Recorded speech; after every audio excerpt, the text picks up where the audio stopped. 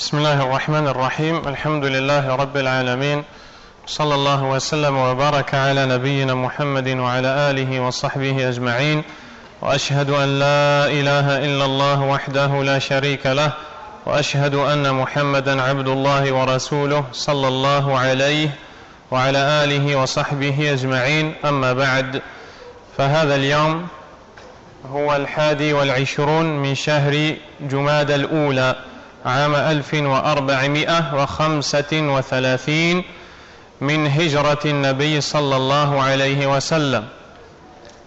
ندخل في الدرس الرابع في قراءة والتعليق على كتاب الإمام ابن كثير رحمه الله الفصول في سيرة الرسول صلى الله عليه وسلم. Nous sommes le 22 mars 2014 et ceci est le 4e cours de l'étude du livre de l'imam et du grand savant et auteur Ibn Kathir rahimahullah ta'ala, les chapitres dans la vie du messager d'Allah sallallahu alayhi wa sallam, ou bien les étapes de la vie du messager d'Allah sallallahu alayhi wa sallam. La semaine dernière, nous avons parlé de la naissance du prophète sallallahu alayhi wa sallam. Nous avons parlé des personnes qui ont allaité le prophète alayhi salatu wa sallam durant son enfance. Nous avons vu que Halima al-Sa'diyya est la femme qui s'est chargée de l'allaitement du prophète Muhammad sallallahu alayhi wa sallam. Il y avait également Thuwayba, l'esclave affranchi de Abu Lahab, qui a allaité le prophète alayhi salatu wassalam et qui a également allaité en même temps Hamza, l'oncle du prophète sallallahu alayhi wa sallam d'un côté, et en même temps le frère de lait du prophète sallallahu alayhi wa sallam, puisqu'il a bu le lait de Thuwayba, le même lait qu'a bu le prophète sallallahu alayhi wa sallam. Ensuite, nous avons parlé de l'événement au cours duquel on a ouvert la poitrine du prophète sallallahu alayhi wa sallam pour le décharger d'un fardeau qui était sur son cœur. Nous avons vu que les savants ont divergé sur le nombre de fois où on a ouvert la poitrine du prophète alayhi salatu wa salam. Et l'imam Ibn Hajar rahimahullah a cité que ceci a eu lieu 3 fois. La première fois durant son enfance, lorsqu'il avait 4 ans. La deuxième fois, lorsqu'il fut envoyé par Allah subhanahu wa ta'ala en tant que prophète. Et la troisième fois, au cours du voyage nocturne. Ensuite, on a vu que Abu Talib, l'oncle du prophète sallallahu alayhi wa sallam, et avant cela, sa mère, elle décéda alors que le prophète alayhi salatu wa salam avait 6 ans. On a vu que a remplacé sa mère dans sa garde qui Abdul Muttalib, son grand-père au début, jusqu'à 8 ans. Ensuite, après que le prophète alayhi salatu wa salam atteint l'âge de 8 ans, son grand-père est mort. Qui est-ce qui s'est chargé de la garde du prophète sallallahu alayhi wa sallam? C'est son oncle Abu Talib. Donc, ce même oncle a secouru le prophète sallallahu alayhi wa sallam tout au long de sa vie et l'a soutenu. Il savait pertinemment, il croyait en la véracité du message du prophète sallallahu alayhi wa sallam. Il l'a soutenu, il l'a aidé, et malgré tout cela, il n'a pas adhéré à l'islam. Pour quelle raison? Il avait peur des reproches de son peuple dans le cas où il sortirait de sa religion pour rejoindre celle de l'islam. Ce n'est donc qu'une question de la peur du regard de l'autre. Et c'est exactement la même chose à laquelle on assiste à notre époque chez beaucoup de personnes, parmi celles qui ne sont pas musulmanes et qui connaissent la réalité de l'islam, mais n'adhèrent pas à celui-ci par peur des critiques, des reproches ou des représailles. Et dans la sphère de l'islam, ceux qui commettent des innovations et qui ne suivent pas la sunna du prophète sallallahu alayhi wa sallam et qui ont pris l'habitude de dévier de la voie du prophète alayhi salatu wa sallam, ces mêmes personnes, ou souvent beaucoup de ces mêmes personnes, après avoir vu la vérité dans son état pur, refusent de la suivre par peur des représailles, par peur du regard de l'autre. Chose qui a poussé Abu Talib à mourir sur la mécréance et à se voir éternisé en enfer. Wal'iyadhu billah. Nous avons vu ensuite que Abu Talib est mort. Il est mort dans la mécréance, dans la religion du polythéisme, celle de Quraysh. Quand il est mort, l'oncle du prophète Al-Abbas est venu le voir et lui a dit: ô messager d'Allah, as-tu été d'une quelconque utilité envers le prophète sallallahu alayhi wa sallam, car certes il t'a entouré, c'est-à-dire il s'est occupé de toi, il se mettait en colère pour toi. Le prophète alayhi salatu wa sallam a dit: oui, il se trouve actuellement dans ce qu'on appelle en arabe dahdah, dans un dahdah de feu. Le terme dahdah en arabe signifie une quantité d'eau qui arrive à la cheville, c'est-à-dire qu'il se trouve actuellement dans une quantité de feu qui arrive à sa cheville. Le prophète alayhi salatu wa sallam a dit: n'eût été mon intercession pour lui, il ferait partie des gens qui habitent le plus bas fond de l'enfer. Donc, dans les livres de croyance, de Aqidah, dans le chapitre concernant l'intercession, on étudie que parmi les intercessions accordées au prophète sallallahu alayhi wa sallam en faveur de l'autre, celle qu'Allah azza wa jalla lui a accordée en faveur de son oncle Abu Talib, du fait que celui-ci l'a soutenu tout au long de sa mission. Quand il est mort, son fils Ali ibn Abi Talib, qui est d'ailleurs le cousin du prophète sallallahu alayhi wa sallam, et l'époux de Fatima, qui est la fille du prophète sallallahu alayhi wa sallam, Ali ibn Abi Talib est venu, radiyallahu anhu, est venu voir le prophète sallallahu alayhi wa sallam.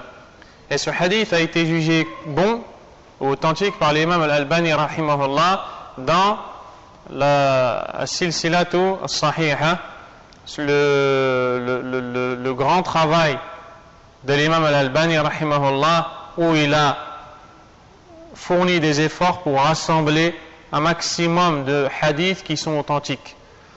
Dans celui-ci, Ali ibn Abi Talib radiyallahu anhu a dit: Ya Rasulallah, inna ammak al-shaykh al-dal qad mat, qala adhhab fawarih, ay idfinhu. Ali ibn Abi Talib radiyallahu anhu, le fils d'Abu Talib qui est mort sur la mécréance, est allé voir le prophète sallallahu alayhi wa sallam et il lui a dit: ô messager d'Allah, certes ton oncle, ce vieil homme égaré, est mort. Il parle de qui? De son père. Ô messager d'Allah, ton oncle, ce vieil homme, car il est mort à un âge avancé, égaré, est mort. Égaré pourquoi? Parce qu'il était dans la religion du polythéisme. Il est mort dans l'association Allah Azza wa Jalla, était donc égaré. Le prophète sallallahu alayhi wa sallam lui a dit: va et enterre-le. Va et enterre-le.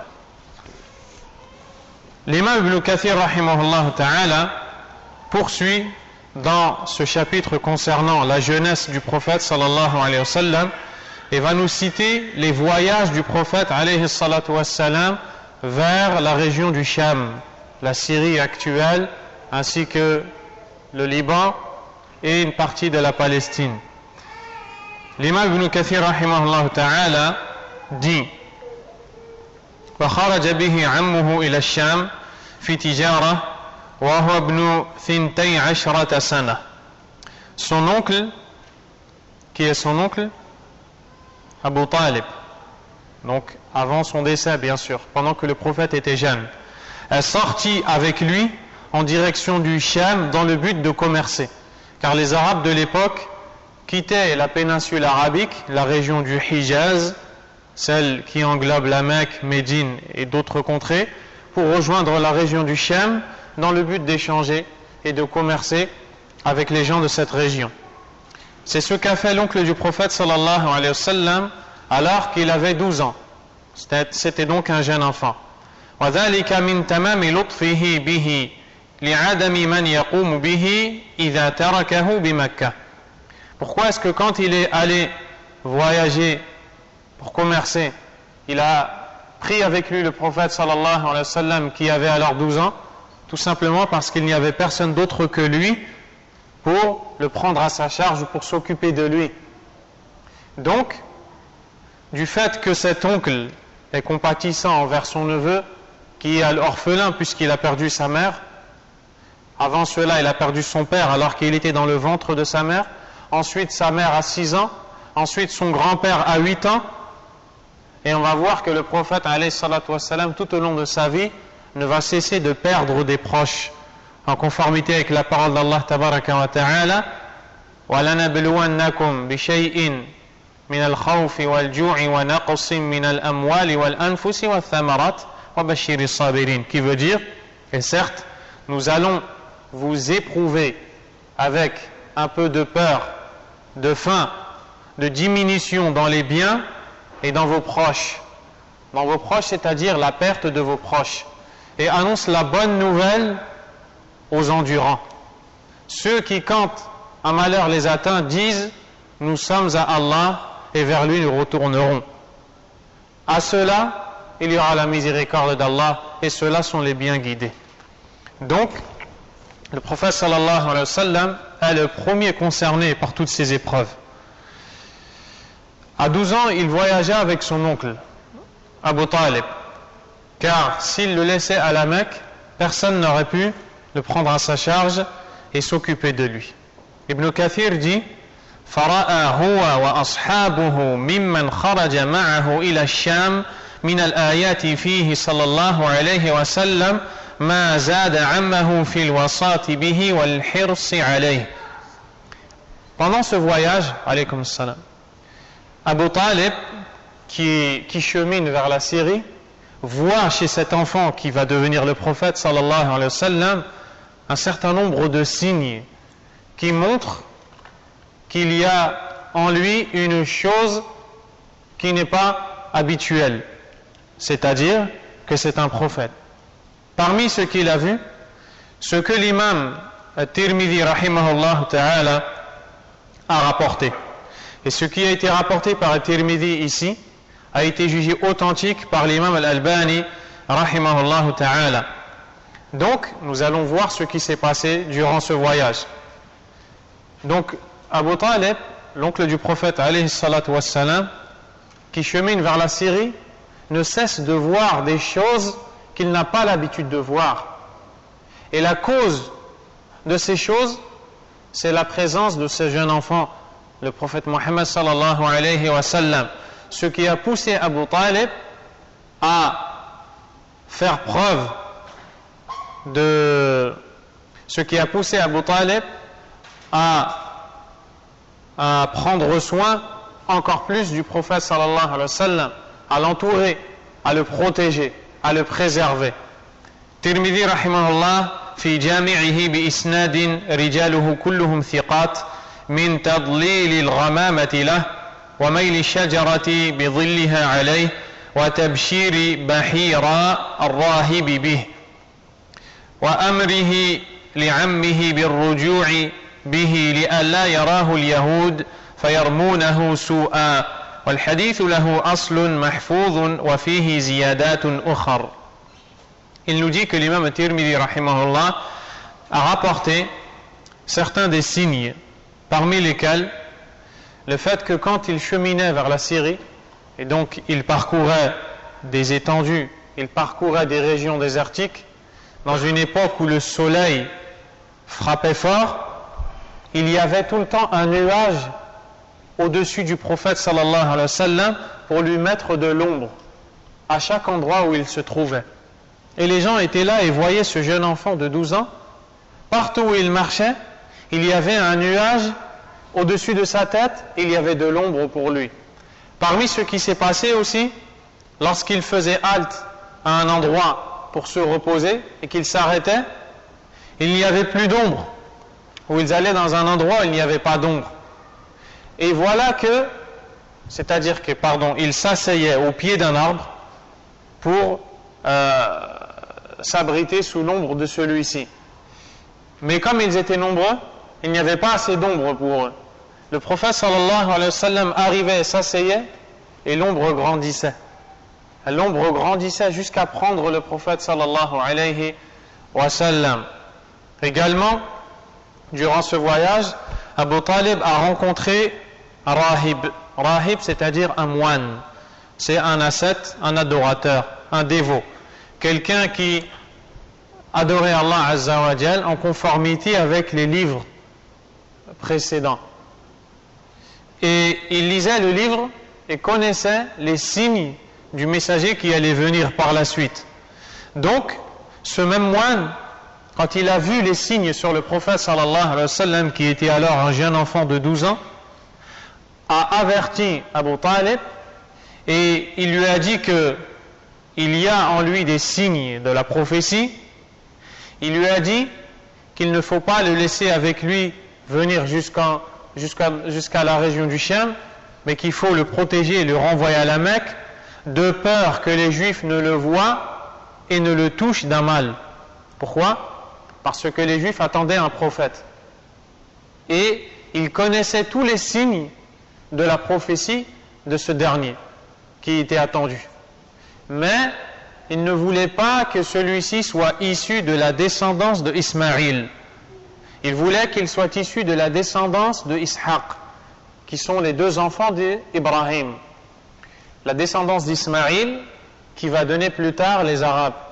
Et la descendance d'Ishaq, qui va donner plus tard ce qu'on appelle Banu Israël, les enfants d'Israël. Israël étant Yaqub, alayhi salam, le père du prophète Youssouf. C'est-à-dire que nous avons Ibrahim, le prophète. Celui-ci a deux enfants. On a Ibrahim, Ibrahim a deux enfants. Ismaïl, Ishaq. Ishaq va avoir Yaqub. Yaqub va avoir Youssouf. De cette descendance, les Juifs espéraient qu'allait être issu le prophète sallallahu alayhi wa sallam.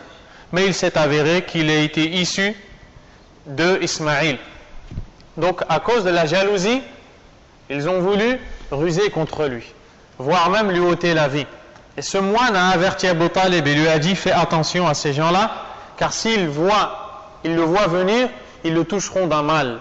Et vous voyez ici que l'hostilité qu'il y a entre ces deux communautés date d'il y a bien longtemps.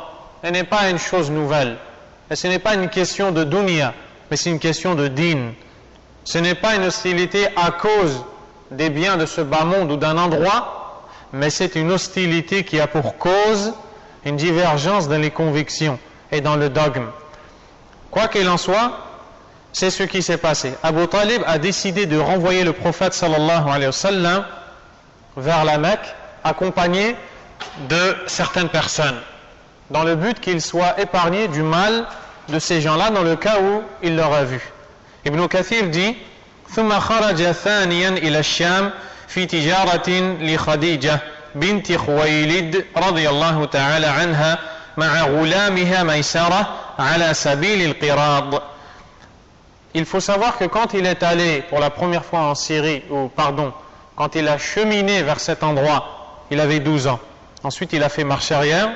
Et ici, Ibn Kathir nous parle de son deuxième voyage vers le Cham. Et les savants disent qu'il avait alors 25 ans, sallallahu alayhi wa sallam. C'est-à-dire 13 ans après, il est retourné vers cette région. Il a été envoyé dans cette région par qui? Par Khadija, radiyallahu anha, qui va devenir par la suite son épouse, la première épouse du prophète sallallahu alayhi wa sallam. C'était une femme aisée financièrement, et elle a envoyé le prophète sallallahu alayhi wa sallam en compagnie d'un homme qui s'appelle Maysara, qui travaillait pour Khadija radiyallahu anha, dans le but de commercer et de faire ce qui est appelé en arabe al-qirad et qui est aussi appelé al-mudaraba, et ceci consiste à ce qu'une personne prête de son argent à une deuxième. Cette deuxième va commercer avec l'argent de la première et donnera de ses bénéfices une part à la première. C'est un emprunt qui a pour but de commercer. La deuxième personne va rembourser avec une part du bénéfice qu'elle a eu avec cet argent qu'on lui a prêté. Khadija radiyallahu anha a prêté de l'argent au prophète sallallahu alayhi wa sallam pour aller commercer, et c'est ce qui s'est passé. فرأى ميسرة ما بهره من شأنه فرجع فأخبر سيدته بما رأى.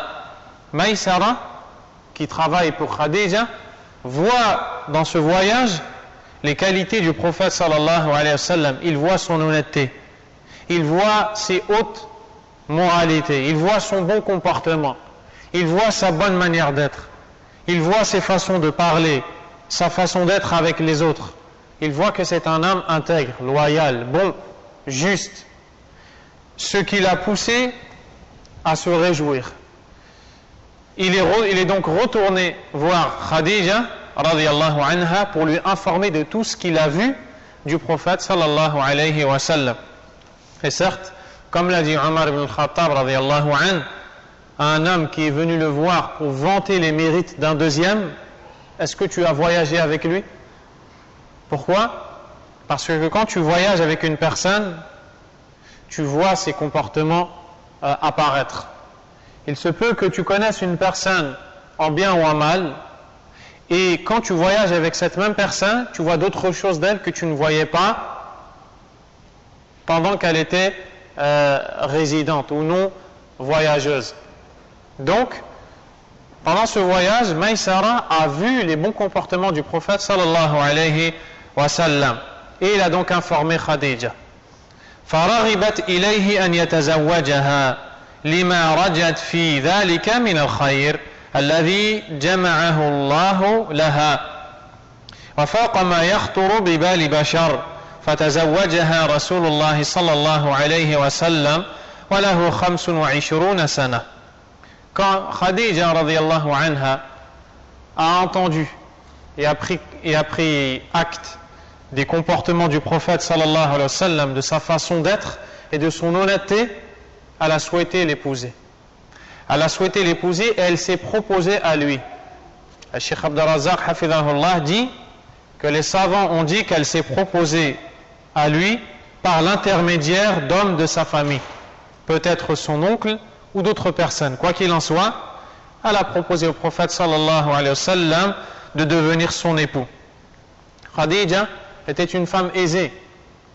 Elle était une femme aisée, et beaucoup sont les gens qui épousent les femmes juste pour leur argent. C'est ce qu'a dit le prophète sallallahu alayhi wa sallam dans le hadith qui est connu.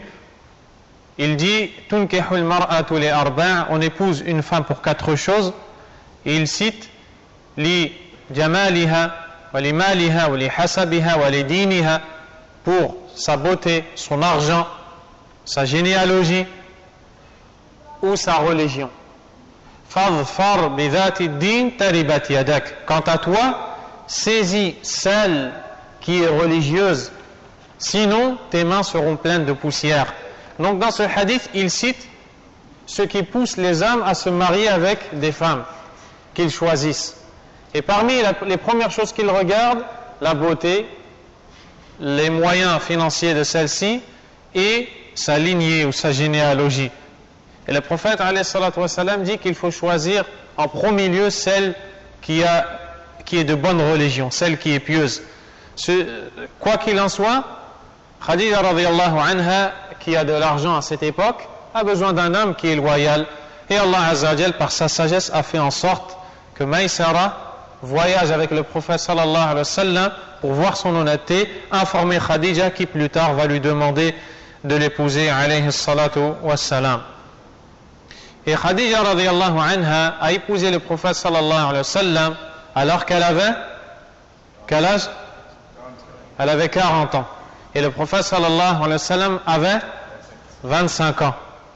Donc, elle avait 15 ans de plus que lui. le grand savant Al-Allama Ibn Baz rahimahullah ta'ala a dit que dans le sujet du mariage, ce qui compte c'est la piété. Car le prophète sallallahu alayhi wa sallam a épousé Khadija qui avait 15 ans de plus que lui, et il a épousé Aïcha qui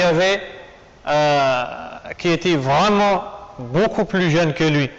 Donc on voit que ce qui a été choisi ici, c'est la bonté de la personne et sa piété. C'est la bonté de la personne et sa piété. Donc le prophète sallallahu alayhi wa sallam a épousé Khadija radiyallahu anha. Les savants ont cité certaines particularités de cette femme. Ils ont cité certaines qualités de cette femme ou certains des mérites de celle-ci. Parmi ces mérites, le fait que le prophète sallallahu alayhi wa sallam n'a épousé aucune autre femme qu'elle durant son vivant. Elle a vécu radiyallahu anha jusqu'à la 10e année de l'émigration, c'est-à-dire qu'elle a vécu avec le prophète sallallahu alayhi wa sallam 25 ans. Elle l'a épousé à 25 ans et elle est morte quand le prophète avait 50 ans. Donc il a vécu avec elle 50 ans sans épouser d'autres femmes radiyallahu anha. Aussi, tout de suite après sa mort, donc elle est morte pendant le mois de Ramadan. Après sa mort, le prophète sallallahu alayhi wa sallam a épousé Saouda au cours du mois de Shawwal. Également, elle est la mère de tous ses enfants, à l'exception d'Ibrahim. Ibrahim qui était l'enfant de Maria al-Qibtiyya. Donc la mère de la plupart de ses enfants, c'est Khadija radiyallahu anha. Parmi les mérites de cette épouse pieuse qui était Khadija, la mère des croyantes radiyallahu anha, Jibril est venu voir le prophète sallallahu alayhi wa sallam pour l'informer qu'Allah subhanahu wa ta'ala lui transmet son salut. Subhanallah. Jibril est venu voir le prophète sallallahu alayhi wa sallam et a dit: transmets à Khadija le salut de la part d'Allah. Allah a salué Khadija directement.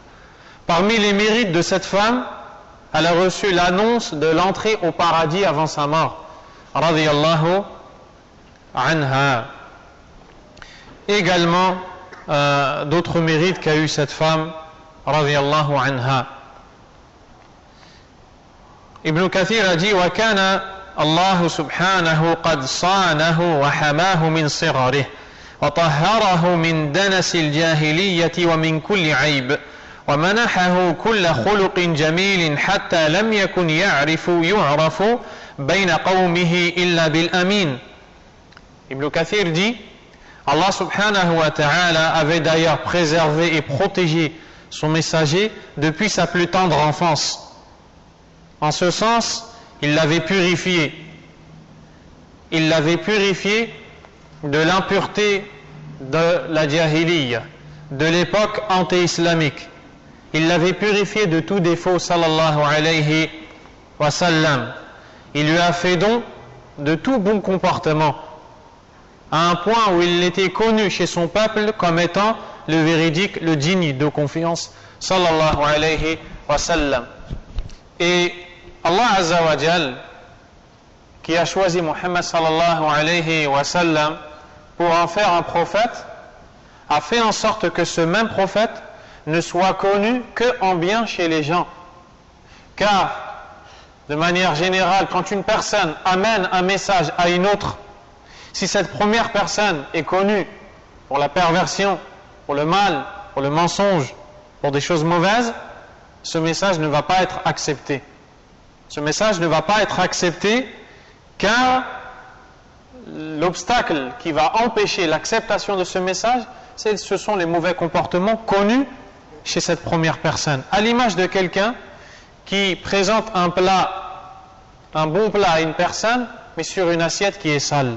Le plat en lui-même est bon, mais l'assiette est sale, on ne va pas l'accepter. D'où l'importance du bon comportement dans la da'wah, dans l'appel à Allah subhanahu wa ta'ala, et il faisait donc partie de la sagesse d'Allah de faire en sorte que ce prophète ne soit connu qu'en bien chez ces gens, afin qu'ils ne disent pas tu es mauvais, on te connaît comme étant un menteur, et d'autres fausses accusations à son encontre, sallallahu alayhi wa sallam.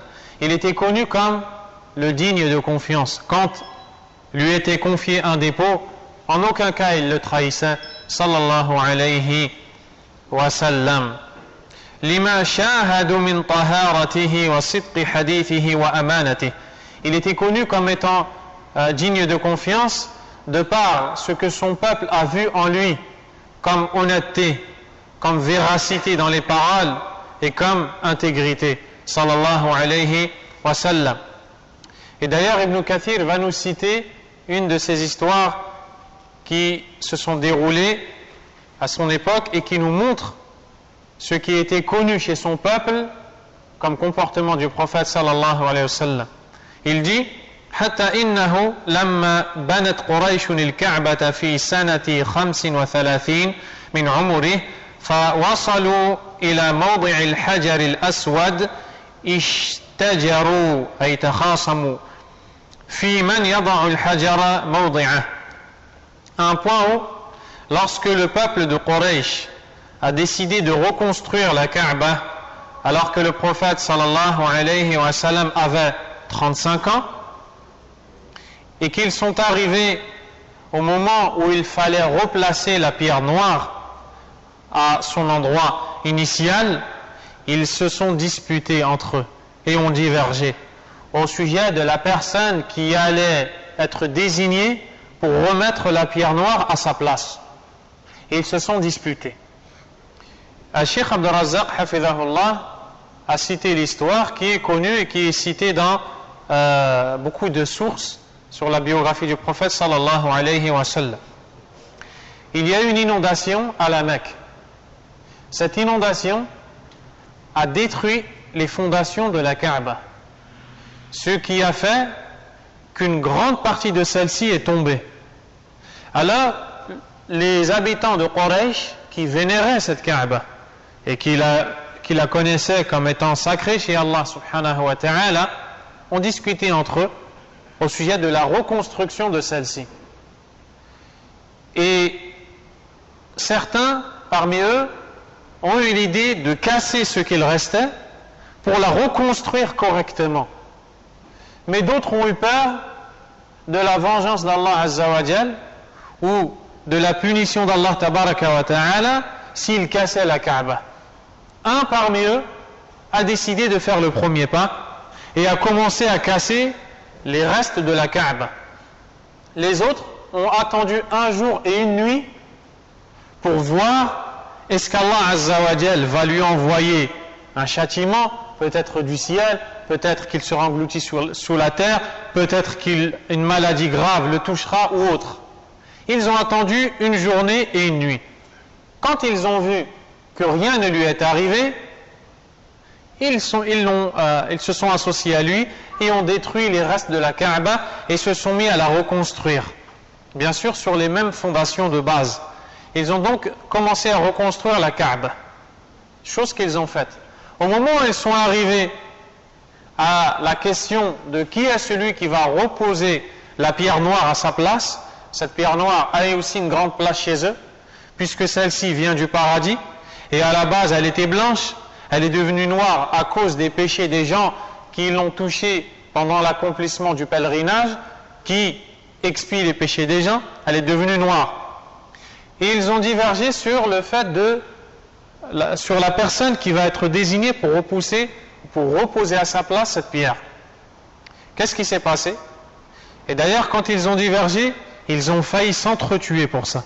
Car les divergences de ces peuples à l'époque, parfois amenaient au combat, amenaient au meurtre, au combat et au fait de faire couler le sang. Ibn Kathir a dit فَقَالَتْ كُلُّ قَبِيلَةٍ نَحْنُ نَضَعُ. Chaque tribu a dit c'est nous qui allons la reposer à sa place. ثُمَّ اتَّفَقُوا عَلَى أَنْ يَضَعَهُ أَوَّلُ دَاخِلٍ عَلَيْهِمْ.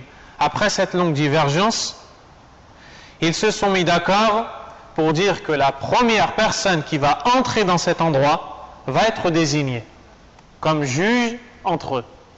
Et certains ont dit que celui qui a amené cette idée, c'était la personne la plus âgée du peuple. Après avoir vu toutes ces disputes, l'homme le plus âgé du peuple est venu et a dit « J'ai une idée. Nous allons désigner la première personne qui va entrer dans cet endroit comme juge pour le différend qui nous oppose. » Qui est la première personne qui est entrée dans cet endroit? Le prophète sallallahu alayhi wa sallam. Ibn Kathir a dit فكان رسول الله صلى الله عليه وسلم فقالوا جاء الأمين فرضوا به فأمر بثوب فوضع الحجر في وسطه وأمر كل قبيلة أن ترفع بجانب من جوانب الثوب ثم أخذ الحجر فوضعه موضعه صلى الله عليه وسلم. Puis ils ont attendu.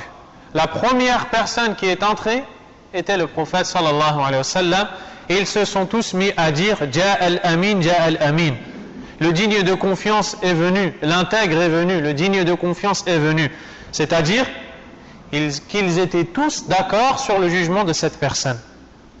Les savants ont dit que cela entre dans la sagesse d'Allah Azza wa Jal, qui a fait que cet homme fut le prophète sallallahu alayhi wa sallam, pour montrer qu'il était connu chez eux comme étant loyal, honnête. Donc c'est un signe préparatoire qui devrait les pousser à accepter son message, comme si qu'Allah Azza wa Jal a fait en sorte que le prophète entre pour qu'il dise c'est lui Al-Amin, le loyal, pour que quand il va venir en tant que prophète, ils ne pourront plus dire tu es un menteur, on ne te croit pas, on ne te suit pas, puisque la veille vous avez dit de lui qu'il est loyal et qu'il est honnête. Comment est-ce que vous vous contredisez?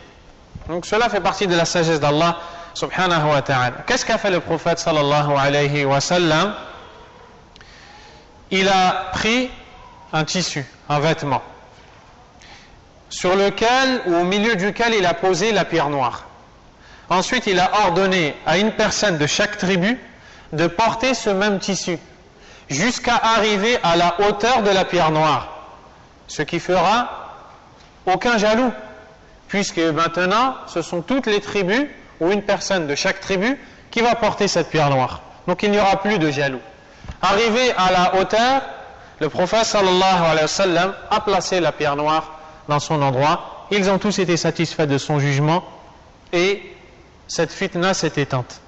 Le désaccord entre eux s'est éteint et ils ont été satisfaits du jugement du prophète sallallahu alayhi wa sallam. Et ainsi nous avons terminé le chapitre concernant sa naissance et sa jeunesse sallallahu alayhi wa sallam. Ibn Kathir rahimahullah ta'ala a dit Faslun mab'athuhu sallallahu alayhi wa sallam. Chapitre concernant son envoi en tant que prophète sallallahu alayhi wa sallam. ولما أراد الله تعالى رحمة العباد وكرامته بإرساله إلى العالمين حبب إليه الخلاء فكان يتحنث أي يتعبد في غار حراء كما كان يصنع ذلك متعبدو ذلك الزمان كما قال أبو طالب في قصيدته المشهورة اللامية وثور ومن أرسى ثبيرا مكانه وراق لبر في حراء ونازل. Ibn Kathir rahimahullah ta'ala dit lorsqu'Allah subhanahu wa ta'ala a voulu faire miséricorde à ses serviteurs et les honorer par l'envoi de ce prophète sallallahu alayhi wa sallam à l'ensemble des mondes, il a décidé de faire aimer la solitude au prophète sallallahu alayhi wa sallam. Le prophète se recueillait seul dans la grotte de Hira, la grotte qu'on appelle Hira. Il se recueillait seul où, sallallahu alayhi wa sallam, il se dévouait au culte. Il se dévouait à Allah azza wa jal par le culte.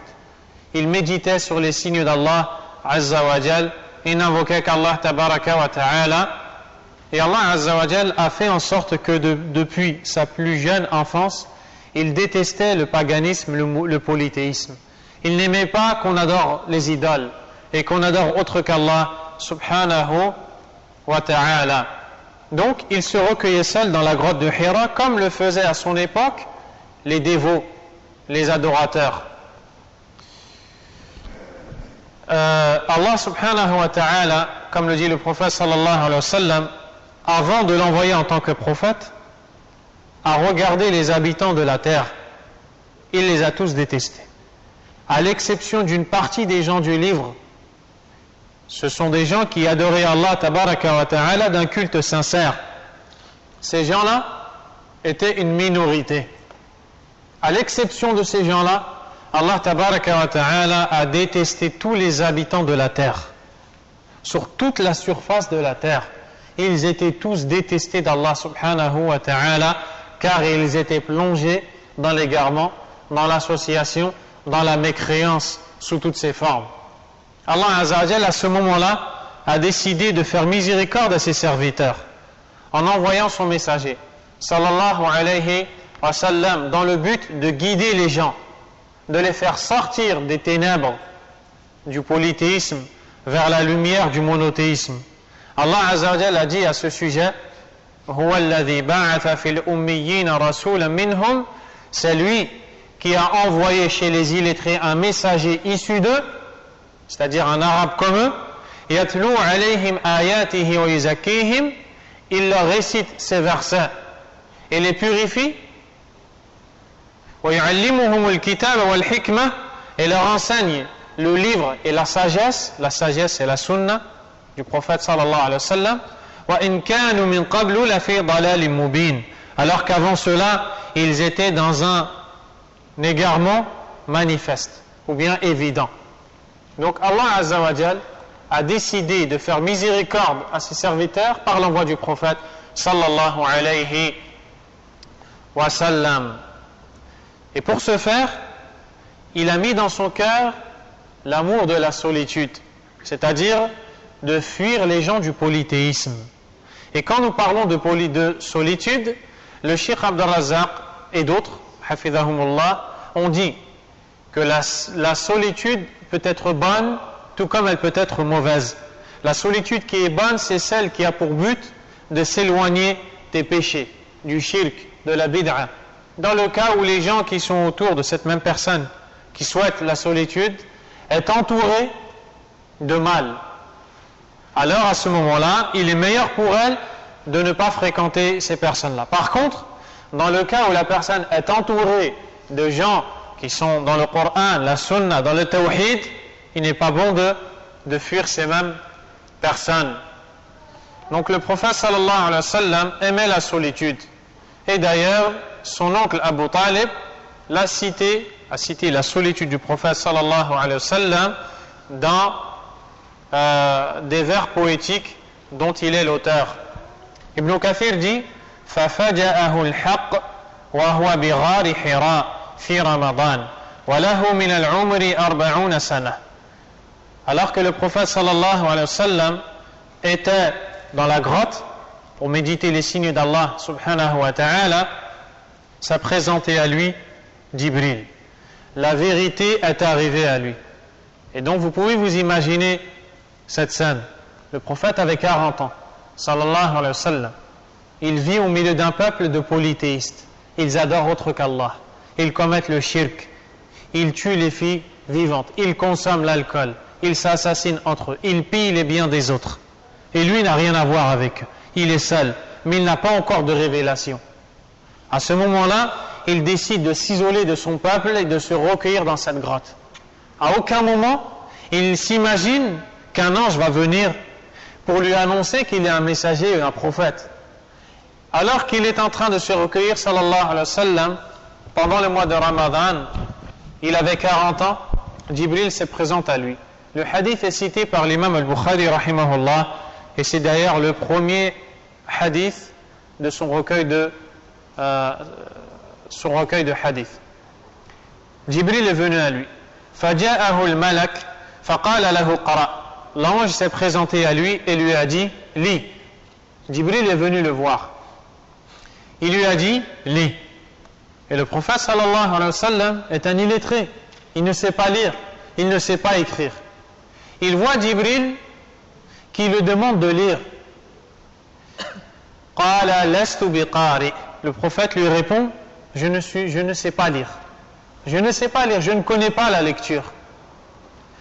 Faradtahu hatta balagha minhu al-juhd ay dammahu dammatan shadida. Jibril a alors serré contre lui le prophète sallallahu alayhi wa sallam très fort. À un point, il a failli lui couper la respiration. Puis il l'a relâché. ثم أرسله فقال له اقرأ. Puis il l'a relâché et lui a dit lis. قال لست بقارئ ثلاثة. Le prophète sallallahu alayhi wa sallam lui a dit je ne sais pas lire. Et cette action s'est réitérée 3 fois. Et à chaque fois que Jibril attrapait le prophète sallallahu alayhi wa sallam, il le serrait plus fort que la fois précédente. Et alors, à bout de la 3e fois, il lui a récité les 5 premiers versets de la Surah Al-Alaq, l'adhérence, la Surah 96 du Coran, où Allah Azza wa Jal dit Iqra bismi rabbika alladhi khalaq, khalaqa al-insana min alaq, Iqra wa rabbuka al-akram, alladhi allama bil qalam, allama al-insana ma lam ya'lam. Ce qui veut dire, lis au nom de ton Seigneur qui a créé. Il a créé l'homme à partir d'une adhérence. Lis, et ton Seigneur est le plus noble, celui qui a enseigné par la plume. Il a enseigné à l'homme ce qu'il ne connaissait pas. Ce sont donc les premiers versets révélés au prophète sallallahu alayhi wa sallam. Et sachez que le Coran a un impact sur le cœur. Et quand le prophète sallallahu alayhi wa sallam entend ces premiers versets, il sait qu'ils ne sont pas la parole d'un homme. Il sait pertinemment que ces paroles n'émanent pas d'un homme, mais elles émanent du Créateur des hommes, subhanahu wa ta'ala, ce qui lui donne un impact fort sur son cœur, sallallahu alayhi wa sallam. Si on méditait ces versets, on verrait l'importance de la science dans l'islam, puisque le premier ordre révélé par Allah Azza wa Jal, c'est l'ordre de lire.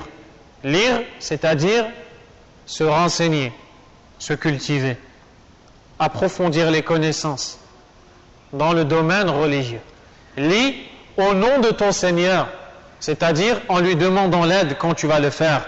Car pour atteindre cette connaissance, il te faut avoir son aide, subhanahu wa ta'ala. Pourquoi son aide? Alladhi khalaq, celui qui a créé. Car c'est lui qui nous a créés. Et on ne peut avoir d'aide que par la permission de celui qui nous a créés, subhanahu wa ta'ala. Il a créé l'homme à partir d'une adhérence. Le prophète sallallahu alayhi wa sallam a cité les différentes étapes qui ont lieu dans le ventre de la mère, plus particulièrement dans l'utérus de celle-ci, lorsque celle-ci tombe enceinte.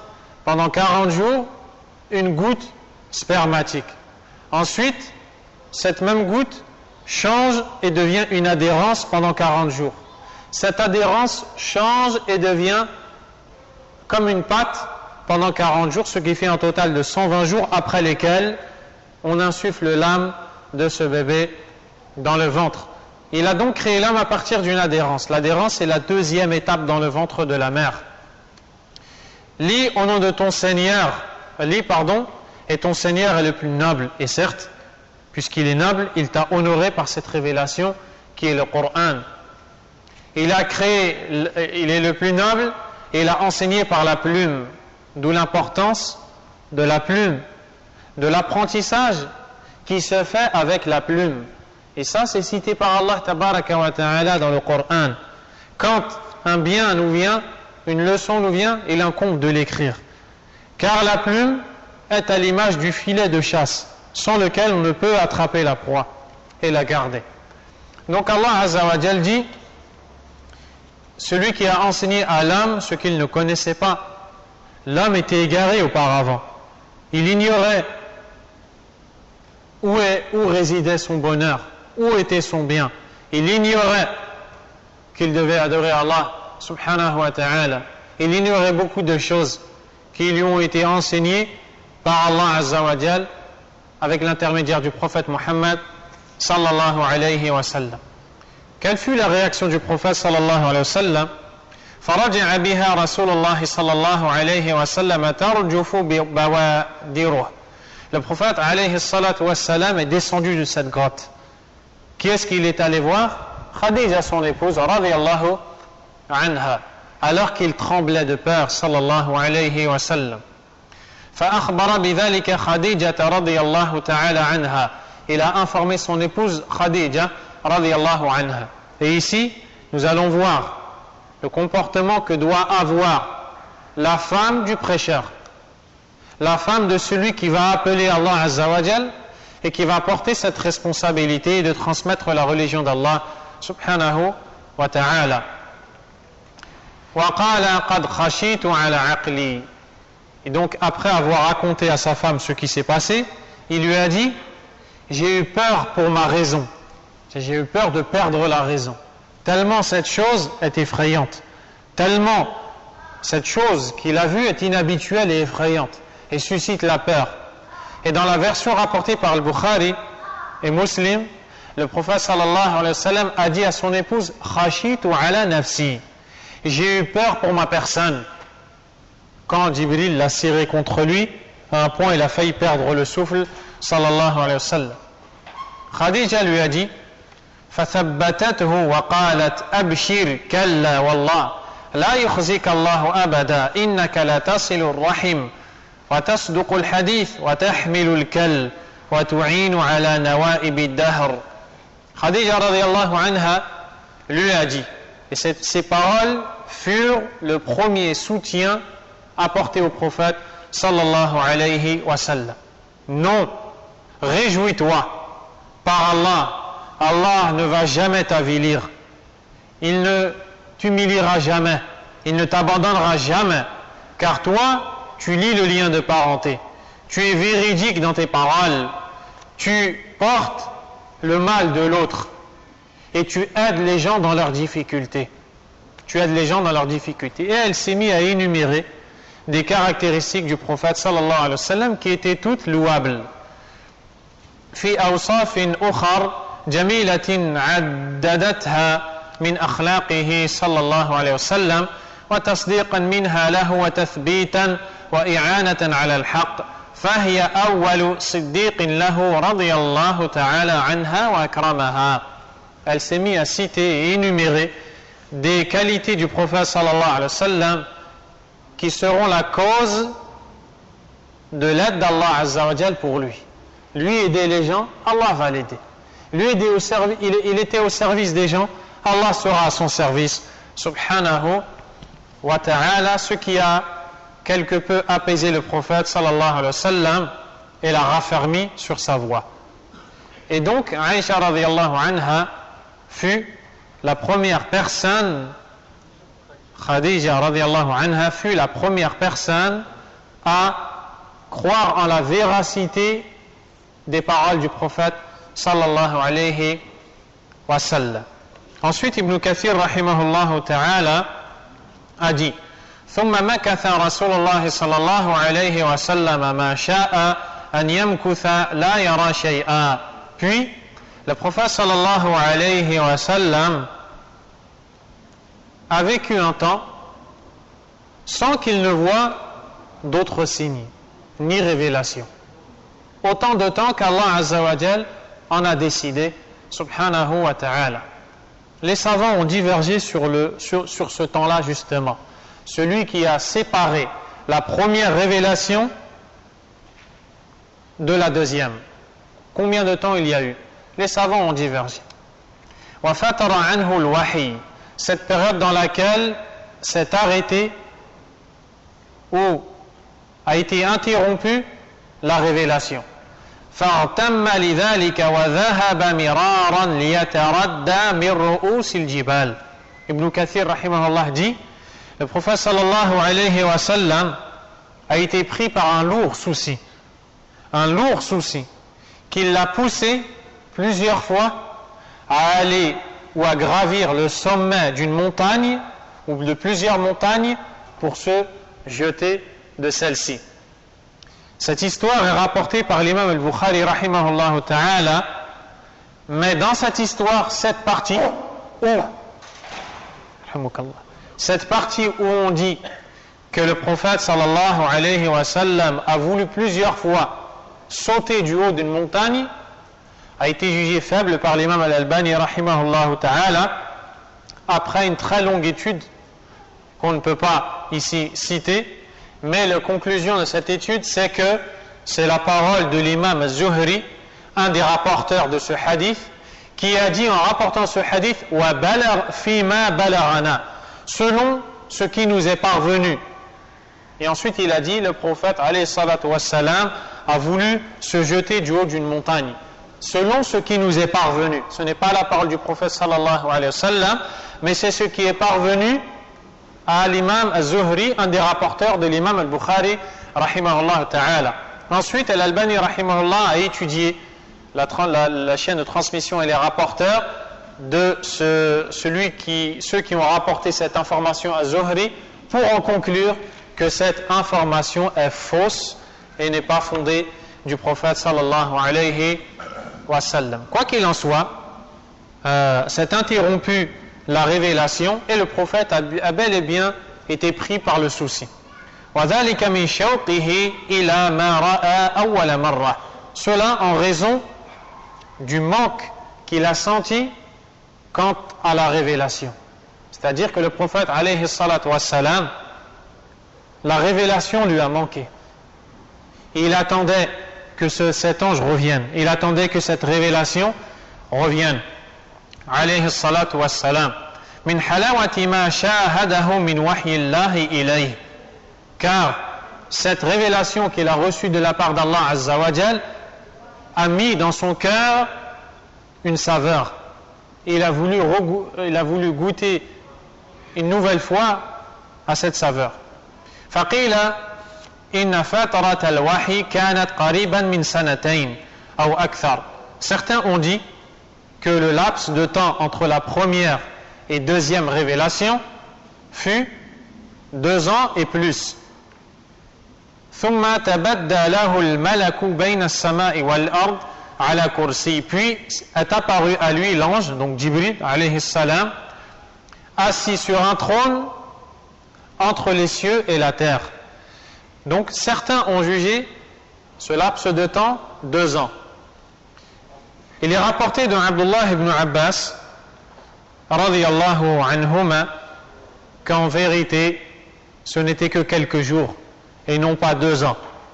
Et c'est ce qui a été retenu par l'imam Ibn Hajar rahimahullah, qui a dit wa amma al-qawlu bi annaha kanat sanatayn wa nisf falam yathbut bi isnadin sahih aw kama qala rahimahullah. Quant à la parole de ceux qui disent que le laps de temps entre les 2 révélations fut 2 ans et demi, il n'y a pas de chaîne de transmission authentique affirmant ce propos. Et c'est ce qui a été retenu par celui qui commente ce livre, le Cheikh Abd al-Razzaq hafidhahullah ta'ala, qui a dit que c'est la parole la plus proche de dire qu'il y avait entre la première et la deuxième révélation que quelques jours. Il y avait donc quelques jours. Pourquoi est-ce que Jibril n'est pas revenu au prophète sallallahu alayhi wa sallam directement? La réponse, quelqu'un de vous peut me la donner, s'il médite. Exactement. Pour que le prophète sallallahu alayhi wa sallam s'apaise et que la peur parte et quitte son cœur. Car il vient de voir une chose immense, alayhi salatu wa salam. Il est touché par la peur. Quand il descend, il va voir son épouse et sa famille et il leur dit Zammilouni, dathirouni, couvrez-moi, couvrez-moi, tellement il a peur. Il suait, sallallahu alayhi wa sallam. Pour le calmer, Allah azza wa jal ne lui a pas fait révélation tout de suite après. L'ange s'est présenté à lui. Donc, Jibril a appelé le prophète sallallahu alayhi wa sallam. Et le prophète regarde, il ne voit personne. Et il entend Oh Muhammad. Il regarde encore, il ne voit personne. Il entend encore qu'on l'appelle et il regarde dans le ciel et qu'est-ce qu'il voit? Il voit un ange immense assis sur un trône entre le ciel et la terre. Et alors Jibril lui récite les premiers versets de la sourate Al-Muddathir, c'est-à-dire l'enveloppé, où Allah Azza wa Jalla dit Ya ayyuhal muddathir, ô toi l'enveloppé, Qum fa'anzir, lève-toi et avertis, Wa rabbaka fakabbir, et proclame la grandeur de ton Seigneur, Wa thiyabaka fatahhir, et purifie tes vêtements, Wa rujza fahjur, et éloigne-toi, écarte-toi des idoles. Donc ce fut la deuxième révélation par laquelle il est devenu un messager. Avec la première révélation dans la grotte, il est devenu un prophète. Un prophète, c'est celui à qui on a fait une révélation d'Allah Azza wa Jal, de manière globale. Et un messager, c'est celui qui a la révélation et qui doit la transmettre. Il est donc devenu messager avec ces versets-là. Lève-toi et avertis. Maintenant, tu es messager. Tu te lèves et tu vas appeler les gens à Allah subhanahu wa ta'ala.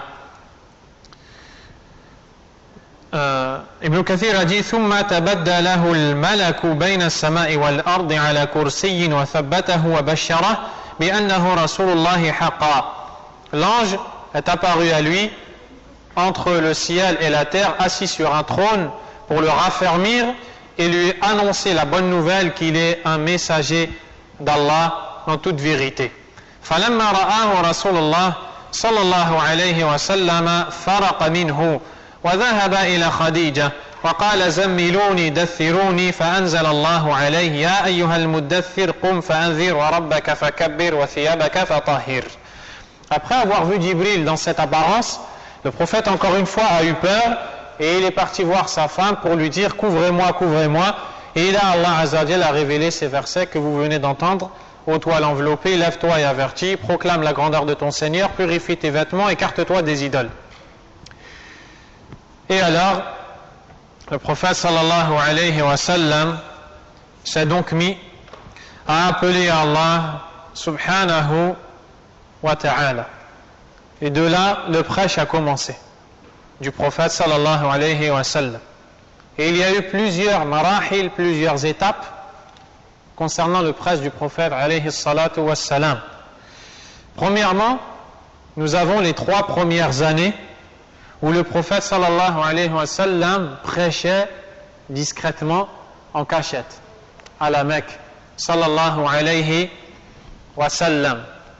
Le prophète alayhi salatu wa salam ne prêchait pas en public. Pourquoi? À cause des représailles de Quraysh. Alors le prophète alayhi salatu wa salam regardait les gens et voyait parmi eux qui est celui à qui il pouvait, ou envers lequel il pouvait avoir, ou duquel il pourrait avoir confiance. Quand il voyait des gens de confiance, il s'adressait à eux discrètement et transmettait son message doucement, sallallahu alayhi wa sallam, et il a fait cela pendant 3 ans. Et d'ailleurs, il a prêché dans la maison d'un compagnon, radiyallahu anhu, qui s'appelle, si mes souvenirs sont bons, Al-Arqam, ou bien Zayd ibn Al-Arqam. Et on va vérifier, incha'Allah, pour la semaine prochaine. Quoi qu'il en soit, il a appelé les gens un par un, en commençant par ses proches. Alayhi salatu wassalam. Ensuite, les savants ont cité l'ordre des premiers convertis à l'islam. Mais sachez qu'ils ont divergé sur la première personne qui s'est convertie à l'islam. Ils ont divergé sur la première personne ou les premières personnes qui se sont converties à l'islam. Mais ils sont unanimes, comme cela a été cité par Ibn Taymiyyah rahimahullah dans son recueil de Fatawa, que également c'est cité par l'imam Ibn Salah rahimahullah, un grand imam du hadith, que les savants sont unanimes pour dire que la première femme qui s'est convertie à l'islam, c'est Khadija. Le premier homme, c'est Abu Bakr, radiyallahu anhu. Le premier enfant, Ali ibn Abi Talib, radiyallahu anhu. Le premier esclave affranchi, ce qu'on appelle en arabe Maoula, c'est Zayd ibn al-Haritha, radiyallahu anhu.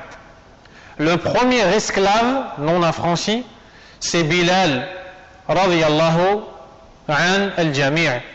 Ces noms que vous venez d'entendre, la première femme c'est Khadija, le premier homme Abu Bakr, le premier enfant Ali, le premier esclave qu'on a affranchi, donc libéré, Zayd ibn al-Haritha, le premier esclave qu'on n'a pas encore affranchi, qui plus tard va être affranchi, Bilal, radiyallahu anhum, et cela à l'unanimité des savants, comme l'a cité Ibn Taymiyyah, rahimahullahu ta'ala.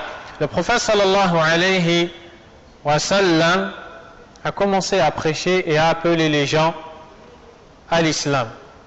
Également, Abu Bakr radiyallahu anhu est allé propager ce message. Ibn Kathir rahimahullah ta'ala a dit وَكَانَتِ الْحَالُ الْأُولَى حَالَ نُبُوَّةٍ وَإِيحَاءٍ.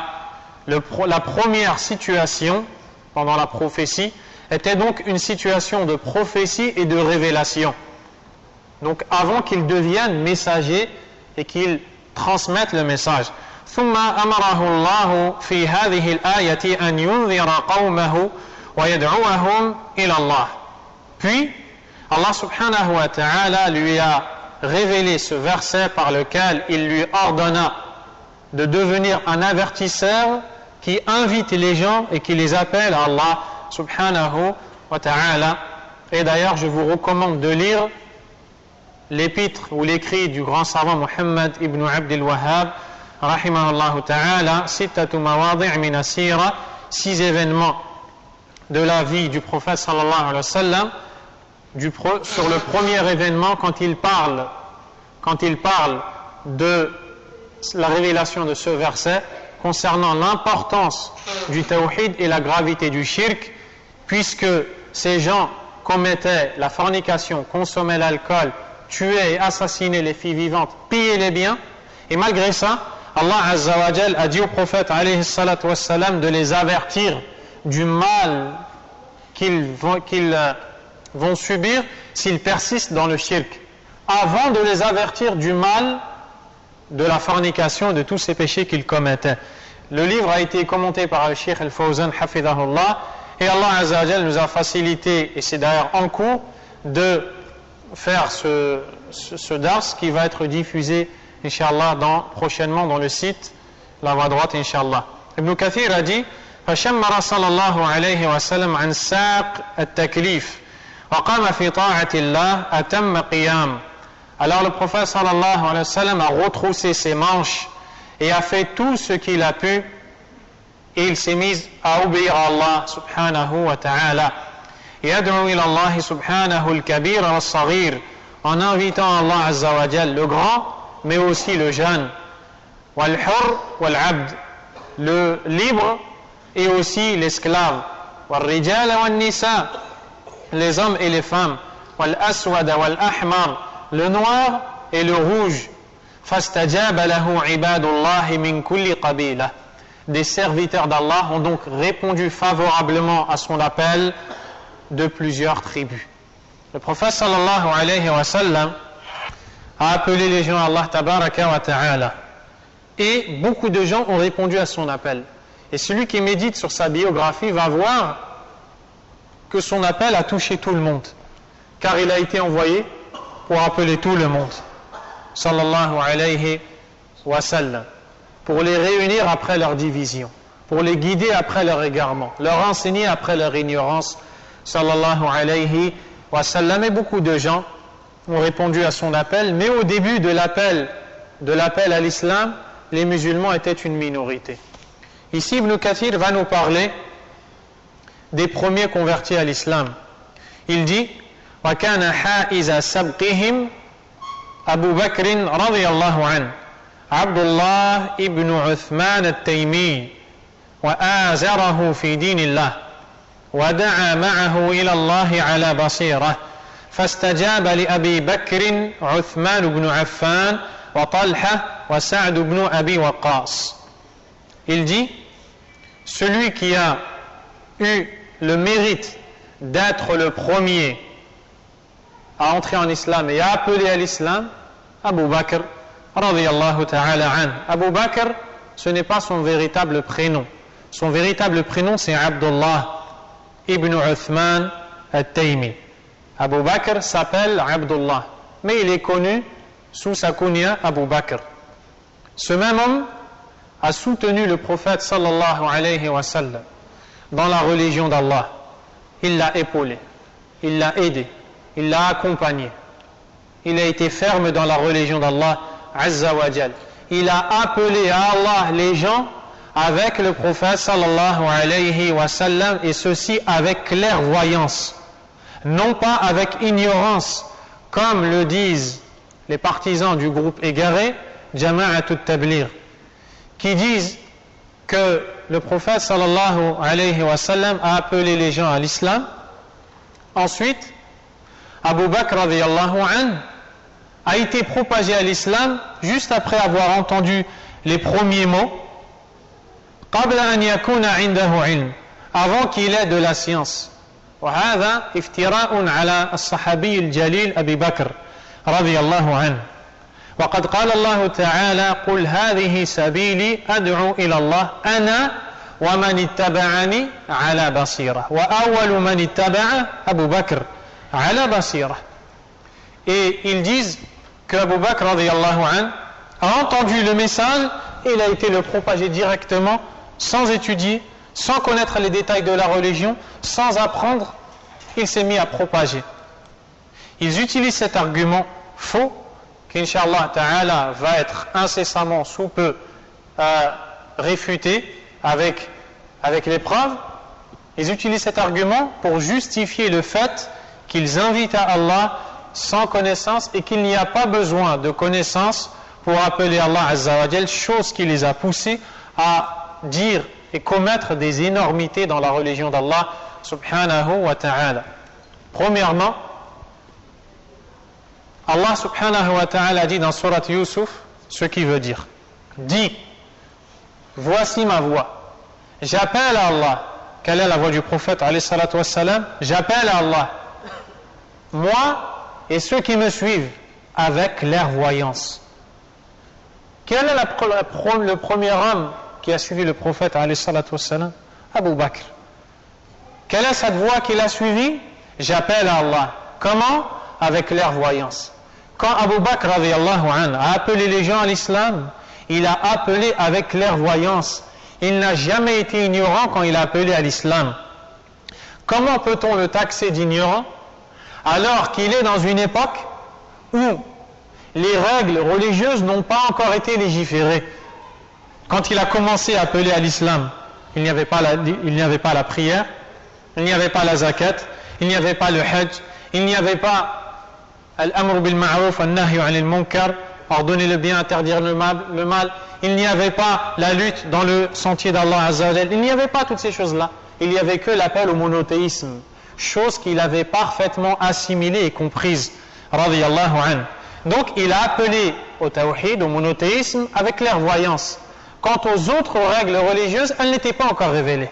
On ne peut donc pas dire aujourd'hui qu'on peut les appeler quand on ne connaît pas, car aujourd'hui ces règles sont révélées.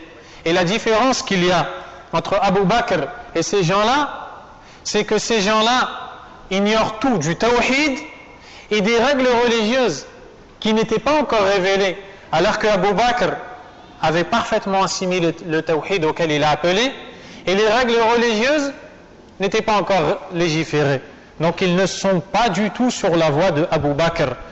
Donc, craignez Allah subhanahu wa ta'ala et revenez à la sunna du prophète sallallahu alayhi wa sallam, car par Allah, la sunna est pour vous et pour nous aussi, à l'image de la barque embarquée par Nuh, qui les a sauvés du déluge par la permission d'Allah subhanahu wa ta'ala.